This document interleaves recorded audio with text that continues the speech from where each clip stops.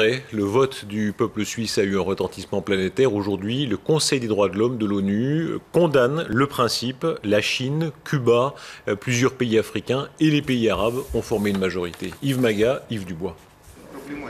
La Suisse, sans jamais être nommée, était au cœur des discussions du Conseil des droits de l'homme sur la religion et l'islamophobie. On a placardé des affiches sur lesquelles les minarets des mosquées avaient des formes de missiles. Une majorité du Conseil a voté pour la résolution de l'Organisation de la Conférence islamique qui assimile diffamation d'une religion avec discrimination.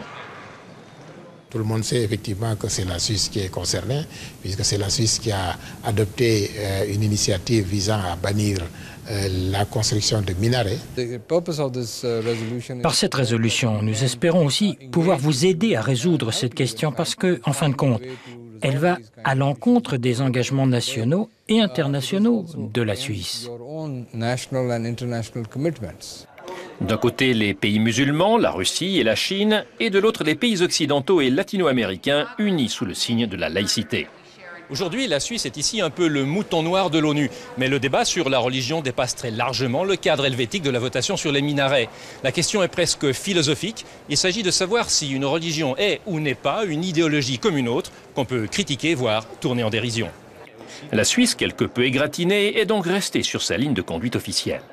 Nous répétons que les minarets existants continueront d'exister, que les 150 lieux de prière et mosquées en Suisse continueront d'exister et d'être visités. L'ambassadeur de Suisse rappellera demain ce point de vue devant le Conseil des droits de l'homme.